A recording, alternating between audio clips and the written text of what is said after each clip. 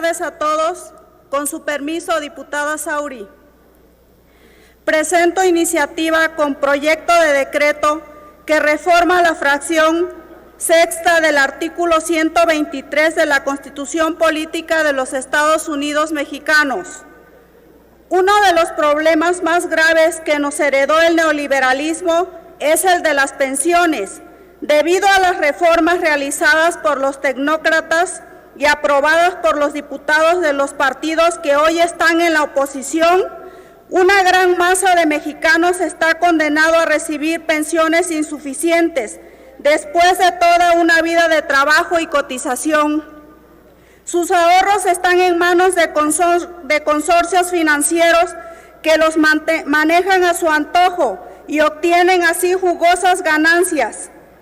En meses pasados aprobamos una primera iniciativa para solucionar estos problemas, reduciendo las semanas de cotización necesarias para alcanzar una pensión mínima garantizada, además de reducir las cuotas que las AFORES cobran a los trabajadores. Pero corregir la plana de esta manera no ha sido suficiente. Miles de mexicanos perciben que sus ahorros están en riesgo y su futuro es incierto. De perpetuarse el sistema heredado por el neoliberalismo de cotización individual y administración privada de los fondos, ahora esa amenaza se materializó con la decisión de la Suprema Corte de Justicia de tasar el tope máximo de las pensiones del ISSSTE en unidades de medida y actualización y no en salarios mínimos como se venía haciendo. La decisión de la Suprema Corte es lesiva de los intereses de los pensionados. Supone una diferencia de ingreso que en el caso de una pensión que recibe 5 veces el salario mínimo es de casi 8,000 pesos mensuales. Suma nada despreciable para los raquíticos ingresos de la mayoría de los pensionados. Entendemos perfectamente la ruta de incremento al salario mínimo que llevó a su desvinculación con respecto de las multas y pago de derechos y a la creación de la unidad de medida y actualización. Reconocemos también el enorme logro de la administración actual que ha conseguido aumentos de 16, 20 y 15% al salario mínimo, con lo que se inicia la recuperación de un indicador que perdió 80% de su poder adquisitivo durante el neoliberalismo y que no había recibido ningún incremento en 40 años. Pero también hay que señalar que la más reciente resolución de la Suprema Corte es abusiva y lesiva de los intereses de los trabajadores. Se monta sobre estas sanas intenciones de recuperación del salario mínimo para afectar los ingresos de miles de trabajadores que ahora están inconformes y comienzan a movilizarse en busca de una respuesta a sus demandas de no tasar las pensiones en unidades de medida y actualización.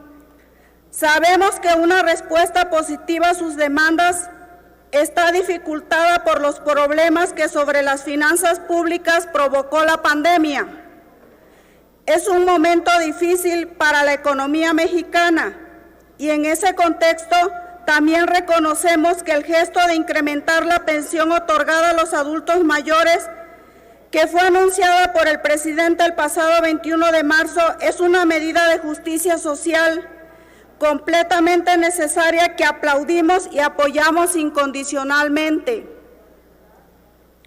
Pero no hay que olvidar al resto de los adultos mayores, en este caso a los que cotizaron toda su vida a un fondo de pensiones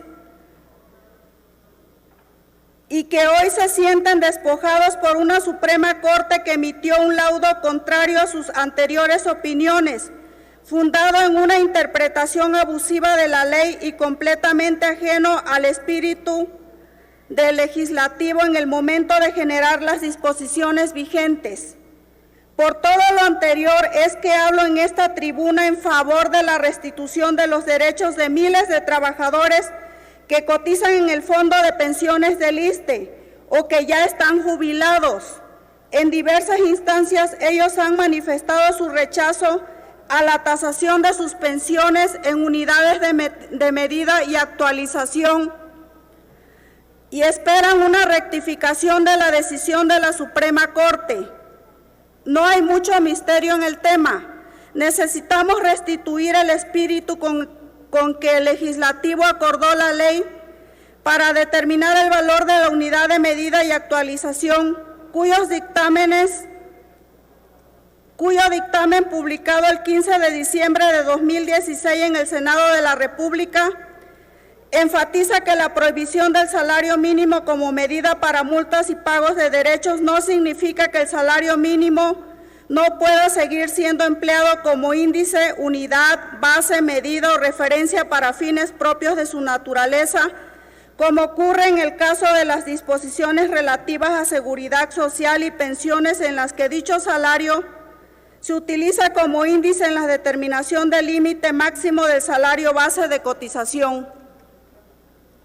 Por tanto, en honor a la justicia y más allá de los cálculos monetarios, es ineludible reformar el artículo 123 constitucional con su fracción sexta para establecer claramente, sin margen a interpretaciones abusivas, que los derechos y las prestaciones cuya naturaleza sea análoga al salario y las prestaciones de seguridad social seguirán utilizando el salario mínimo como índice, unidad, base, medida o referencia. Este es el contenido de la iniciativa que hoy propongo en este pleno. Invito a todos los trabajadores afectados por la decisión de la Suprema Corte de Justicia de la Nación a movilizarse, a no quedarse callados ante semejante atropello. A mis compañeros los invito a sumarse a la iniciativa para que ésta sea aprobada. Salario mínimo sí, UMA no. Es cuanto, diputada Sauri. Muchas gracias, diputada Reyes Miguel. Túmese a la comisión.